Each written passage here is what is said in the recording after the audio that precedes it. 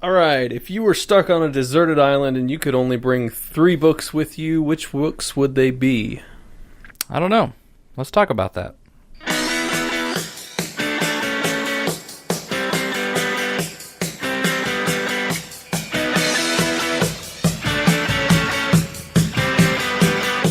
Welcome to the Theology in Progress podcast, where we want to grow in Christ through every conversation.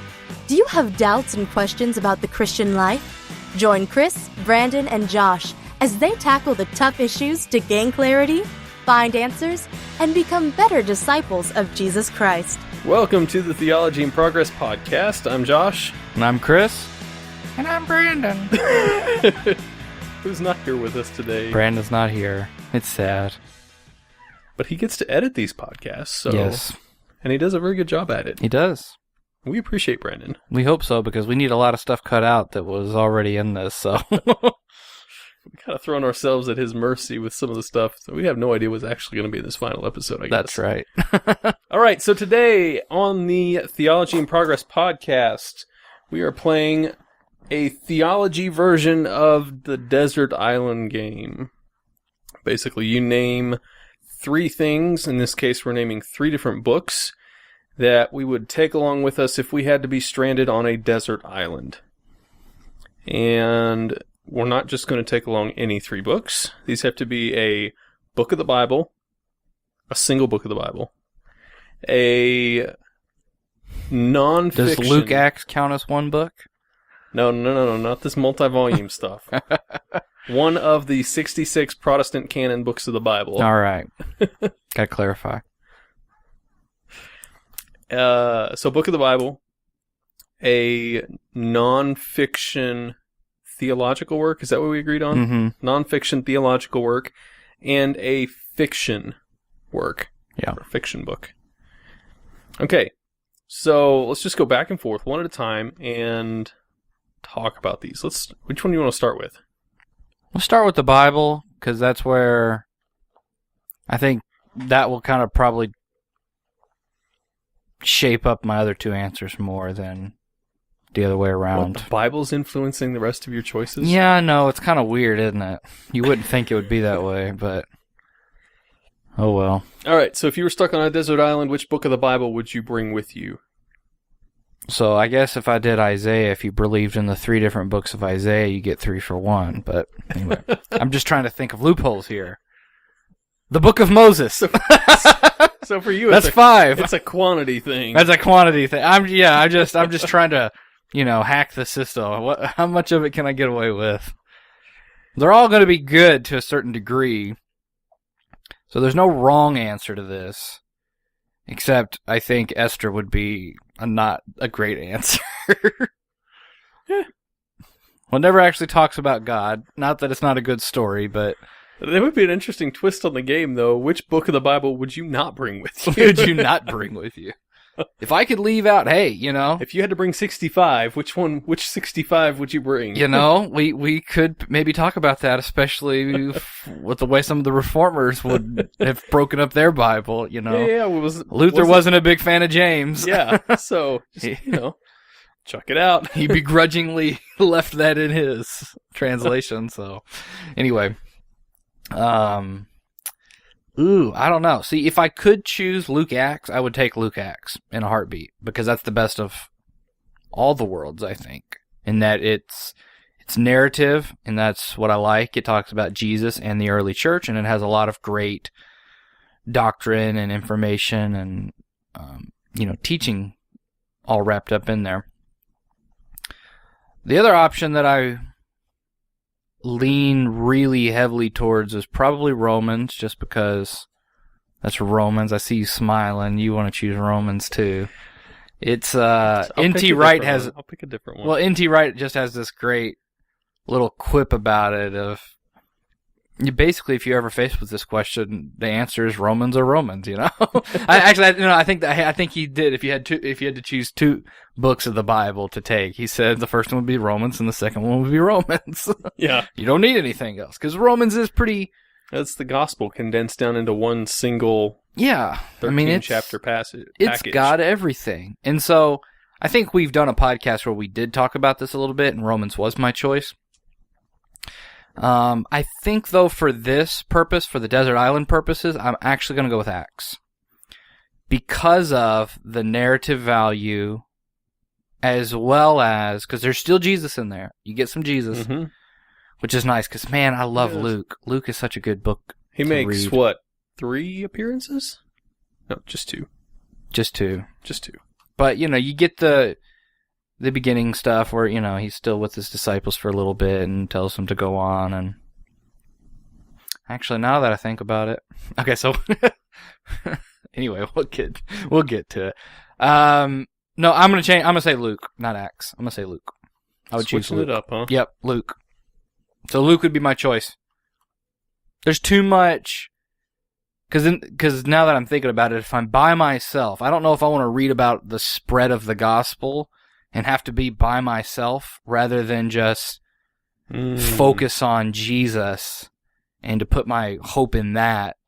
And so I think for the narrative value and for the Jesus value, I sound like I'm advertising for a store. If you want the Jesus value, come on down. Anyway, so I think that's my answer, Luke. Not a bad answer. Well, that kind of hits along the same line of thinking that I was going to go with when you started talking about Romans, because Romans is such a good choice. But I'm going to avoid picking Romans because I want to go with the Gospel of John. Mm-hmm. Because I know what I'm like when I'm all alone and all by myself. I tend to get stuck inside my head. And being alone by myself on a deserted island, there would be no better company than my own head. Mm-hmm. And so, a simple presentation of the gospel. The head of Wilson might be a pretty good company we've seen. So. It might come up. I might be in there so long I start actually going crazy. I don't know. I felt like I've been going crazy sometimes when I stay in my head too long. Yeah, it's not fun. Yeah. So, John is just a simple presentation of the gospel. And its basic message is just, don't worry about all the ins and outs that the Pharisees are trying to deal with. Just believe that Jesus is who he says he is. And that belief is enough. Yeah. John is a simple book, but at the same time, he uses some of the most unique imagery out of the Gospels. He does. Like, he's the one that we really get the born-again imagery from in chapter 3 there. Yeah. He's talking with Nicodemus, and, like, I mean, it's just, there's so much imagery and symbolism in a sense, and, the miracles that he does, and why and when he does them. Anyway, it's a very unique book in that way, so it would provide you a fun puzzle to... That's actually... See, I think Luke is actually more simple than John because of that. Luke takes a different kind of... It's a different kind of simple.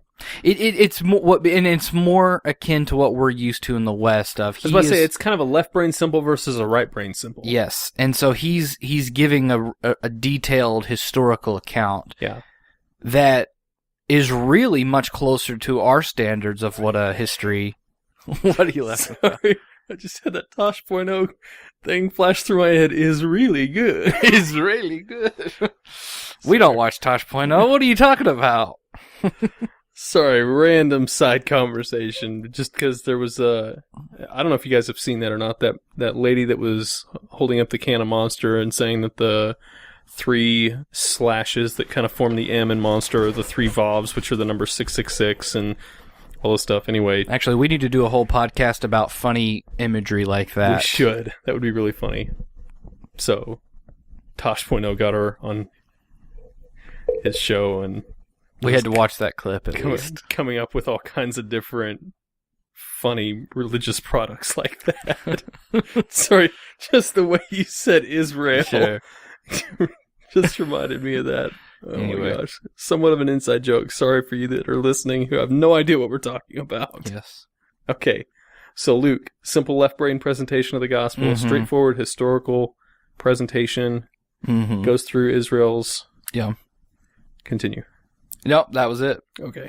And it's not that, I think the way that he actually presents the gospel, though, you're right, is a little bit more complex, whereas John gets right to the point of the gospel message right away. Because Luke, because he was writing a 2-volume set, there is this mystery of who Jesus is, where John introduces him right up front. He says, look, at length, in the beginning, yeah, and so he presents this idea of Jesus as the Son of God.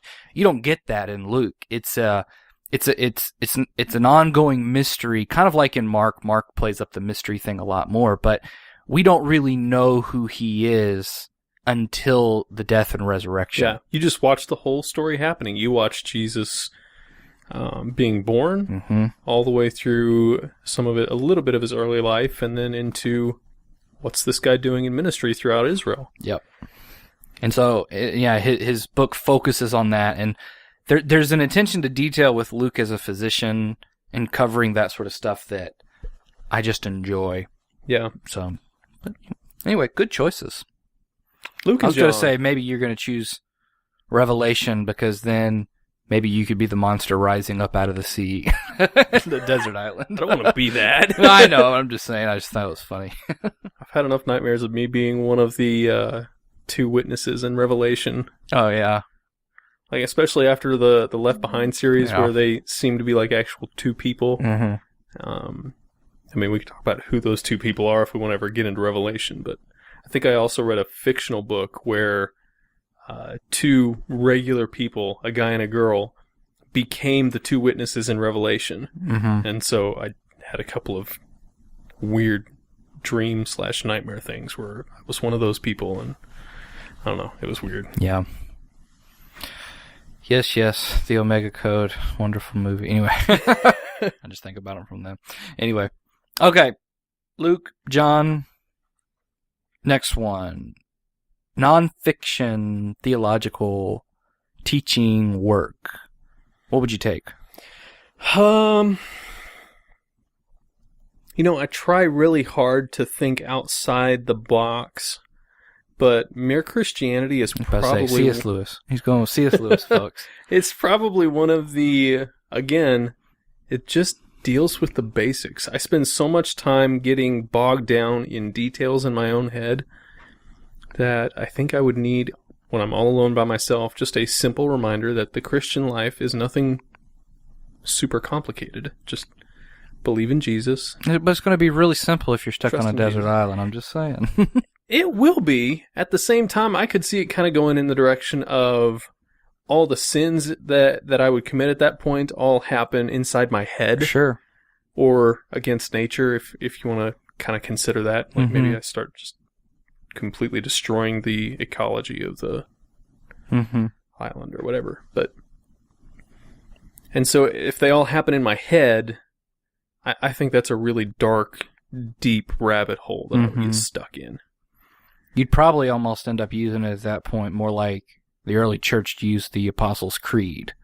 Yeah. I would think, because it's fairly short, you would be reciting that book to yourself in fairly short order. And, it would almost become a mantra, certain passages, to help you kind of cope with the situation or overcome certain temptations at that point. Yeah. Like if I had to pull something from John, it would be that passage in chapter, just totally blanked, 20. These things are written so that you may believe that Jesus is the Son of God, and by believing in him, you may have life in his name. That's it. That's all there is to it. Yep. And so for me, Mere Christianity, if I had to choose a non-fictional theological work, that'd be it. He doesn't try to get too complicated, and yet, man, he really covers a lot of great topics about life. I like it. Good. So what about you? I'm going to choose the Mandate to Mission, and that's just a made-up title. I just made it up. No, we were kind of slightly joking about choosing a missions book for this because he wouldn't be able to act on it. So it would kind of be like, oh, wait, this is the wrong book to take. No, I think I'm going to go the opposite direction. I struggle with this one. I got a lot of books, but I struggle. I'm not one to reread a book. So thinking about this has been weird, but there is a book that's probably one of the most impactful books that I've ever read on my own theology and the way I think, and it's called God for Us by Catherine LaCugna. It is also, without a doubt, the most complicated, difficult book I've ever read. Like, just ridiculous. I mean, over 400 pages of the most convoluted, hard to get through language. And I mean, it's on Trinitarian theology, by the way. So also one of the most difficult issues to discuss. But I think that's why I would do it, because that is a book that's on my list to go back and reread. Because, well, I don't know if you've ever read a book. Certain theology books are, it's almost required that once you get through them, like the first reading is just so that you can go back and read it again. Mm-hmm. Because you're not in a place where you can understand enough about the subject to fully appreciate everything that's being... you almost have to get to the end to kind of get his conclusion, and then try to go back and connect all the points, or her conclusion. Yeah. And go back to the beginning and try to connect all the dots together. And... But one of the things that she really does, speaking of Trinitarian theology, is she kind of gives a history of how theology, and it's something I've been wanting to talk about for a while on this podcast, and we will eventually. She shows how theology kind of made this descent from the earliest church, where it was super practical, all about, kind of like this Gospel of John, Gospel of Luke thing of who the Christ is, and, I'm going to use a word that I can't, it's called the efficacy, how efficient salvation is, right, for us. And so that's what Trinitarian theology was originally wrapped up in, and then it kind of devolved into what we start looking at who God is in and of himself. And so we start drawing pictures of eggs and saying that God is the yolk and the shell and the white of the egg, but he's still one egg. All that stuff. And it really doesn't have much of a place for our theology.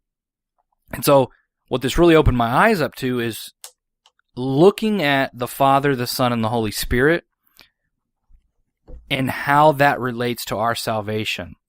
And we usually kind of think of the Trinity as just, that's some complicated theory that nobody really understands. And it's true when you look at it like that, but this book explains it and goes through it very well. So I think that coupled with Luke would be a really great, and it wouldn't get boring after a while. See, it's kind of like I hinted a little bit, once I memorized the book, I wouldn't have much use for it. Yeah. So I need a little bit. Now, I like Mere Christianity as an amazing choice, but I would just go the other direction of wanting to choose something hard enough that it would warrant multiple readings. Yeah, I could see that. Man, I almost want to do like a separate category. One that you would read over and over and over again, and one that would just be like the one on your shelf? Yeah. This is a desert island. We don't take things for shelves. We can build a shelf out of bamboo. We can build a shelf. And call it the firewood book. Did you ever watch Gilligan's Island? They built all kinds of stuff. They sure did. Theological plane. Everything but a boat that worked that got them off the island. Which I never understood. Although, did you ever watch the professor could build like full-blown alarm clocks and stuff. Did you ever watch I think it was like a movie or something on how they got off the island? I think I did a long time ago. Like they tie all of their houses together and build this giant raft. I'm like, why didn't you guys think of that before? Yeah. It was actually an evil plot by Gilligan to keep him on there, because then he had friends and people to hang out with, and that's why I secretly sabotaged all the rescue attempts. Anyway. Okay. So we've covered books of the Bible, chose Luke and John. And we're talking about the non-fiction theological works. I've chosen Mere Christianity, and you chose God for Us. Mm-hmm. Now, what about a fiction book? And I have a sneaking suspicion that we will probably mention the same one. I don't know. I literally haven't thought about it, but as you say that, I think I know what you're thinking of. So, go ahead. Well, I'm going to kind of cheat on this one. Go ahead. Because I have a single volume of the there entire you go. thing. See, I think it counts. If you got a single volume. Yeah, a single volume. I'm talking about the Circle series by Ted Dekker. Yeah. I got to diversify my portfolio here, because I can't just have C.S. Lewis, and John. Yep. That would just be... I got to vary what I have. Mm-hmm. So I'm going to go with Ted Dekker's Circle series. Good choice. It is one of my favorite series. In fact, it probably is my favorite series. There's no doubt about it. But I've read it. And it is a good choice. But I think I'm actually going to go non-Christian on this one. Wow. Pseudo non-Christian. There's arguments to be made. But I want to go with Lord of the Rings trilogy. That's not a bad choice. I have a single volume of that. And I have not finished it yet. So I'm only halfway done. I mean, I started reading it like 10 years ago. But I pick up the book every once in a while. It's on my shelf, and I look at it, and I'm like, I'm just at a very boring spot. And I've seen the movies, so it's not all that new. But I love those books of what I have read. And so, they're long and complicated enough that it would. And then, I like the Circle trilogy, but at the end of the day, sometimes you need something that's not as related to that sort of same stuff over and over again for me. True. So that's, if for no other reason, that's why I would choose it. Otherwise, absolutely, the Circle trilogy. And the only second. downside I see to the Circle trilogy, the Circle series, if you want to count Green, is that it doesn't quite have the age on it that some of the classics do yet. I thought of a funnier one. Never mind. Well, depending on how long you're on that desert island, and if you're this is almost a sneaky way to get the Bible, though, is to choose the Circle trilogy. Yeah. The whole thing. The problem is you might start confusing some weird doctrine with the allegory of the story to what Scripture actually says.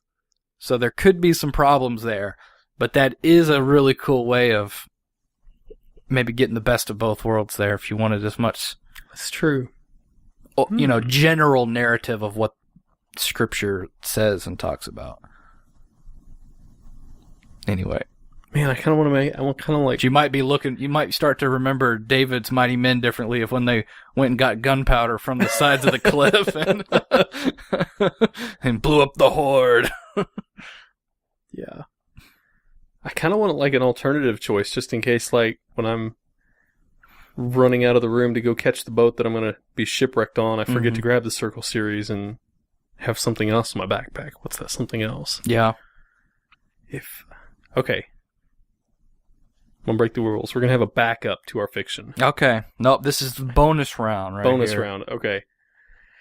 If I had to choose a different fictional work, I would probably go with a C.S. Lewis book, and I would probably have to go with The Last Battle. The last book, chronologically, in the Chronicles of Narnia. Actually, I think it's the last one he wrote, period. But anyway, it's like the end of Narnia, and it covers, like, C.S. Lewis gets in some of his eschatology in there, and really great stuff happens when Narnia ends and everybody moves on from Narnia. I won't spoil it if you guys want to read it. Some really cool stuff there.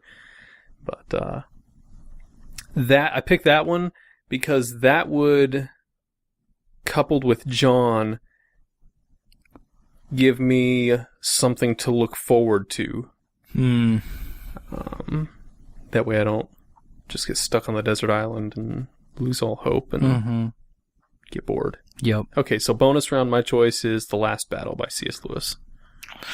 See, if you give me a bonus round, my instinct, because this one was also, I thought about taking The Hobbit instead of Lord of the Rings because I actually like The Hobbit better. I think it's a better book. I like the story better. I just went for Lord of the Rings because, again, I'm trying to go for quantity at a certain point because, I mean, if you got nothing to do, you want something to occupy your time. So that's what I would say there. The other book, though, that I'm thinking of is one of my favorite fiction books I've ever read, and it's by Francine Rivers, and it's called A Voice in the Wind. She is an incredible writer. The only problem with that is that book, it's part of a trilogy, that book leaves off on one of the greatest cliffhangers you have ever seen or read. Like, everybody in my family read it, and so they recommended I read it, and they said, do not read or finish the book at least without having the second one in hand. Because you can't that stop. Bad, huh? It's that bad. No, but it's probably one of the best, historical representations of, ancient Rome and stuff. It kind of starts out in 70 AD, and it follows this young Jewish girl in Jerusalem as the Romans are besieging it. And so she gets taken slave and then sold all the way to Rome. And it kind of chronicles a young Jewish Christian girl's life and what that looked like in ancient Rome at this time. So, I mean, one of the most incredible, it'll make you feel like you're a horrible Christian. I'm just going to guess. It will inspire you, though, to step it up a notch. But it's a great book. Great. I might have to check that out. I've not actually read that. I would highly recommend it. Cool. All right. Those are our choices. If we get stuck on a deserted island, that's what we would take, including one bonus round backup choice. Yes. So thanks, guys, for listening to Theology in Progress podcast this week. We've enjoyed this conversation. Let us know in the comments below what books you would bring if you were stuck on a deserted island. We'd love to have a conversation about some of the things that we've enjoyed in our lives, some of the things that you've enjoyed in your life, and how we can grow to become better disciples of Jesus Christ through the stuff that we've read. Yes. Thank you guys so much. Make sure you like, subscribe, and share. We appreciate it. Get this message out there to as many people as we can. We hope you have a great week. We'll see you next time. Thanks for listening to the Theology in Progress podcast. If you enjoyed it, give us a like and share this episode. Be sure to subscribe to stay up to date on all our conversations. You can also support Theology in Progress through our Patreon page. $1 an episode goes a long way to make this podcast possible. If you have questions you'd like to discuss, or ideas for a future conversation, we want to know. Contact us through Facebook or by emailing letstalk@theologyinprogress.com.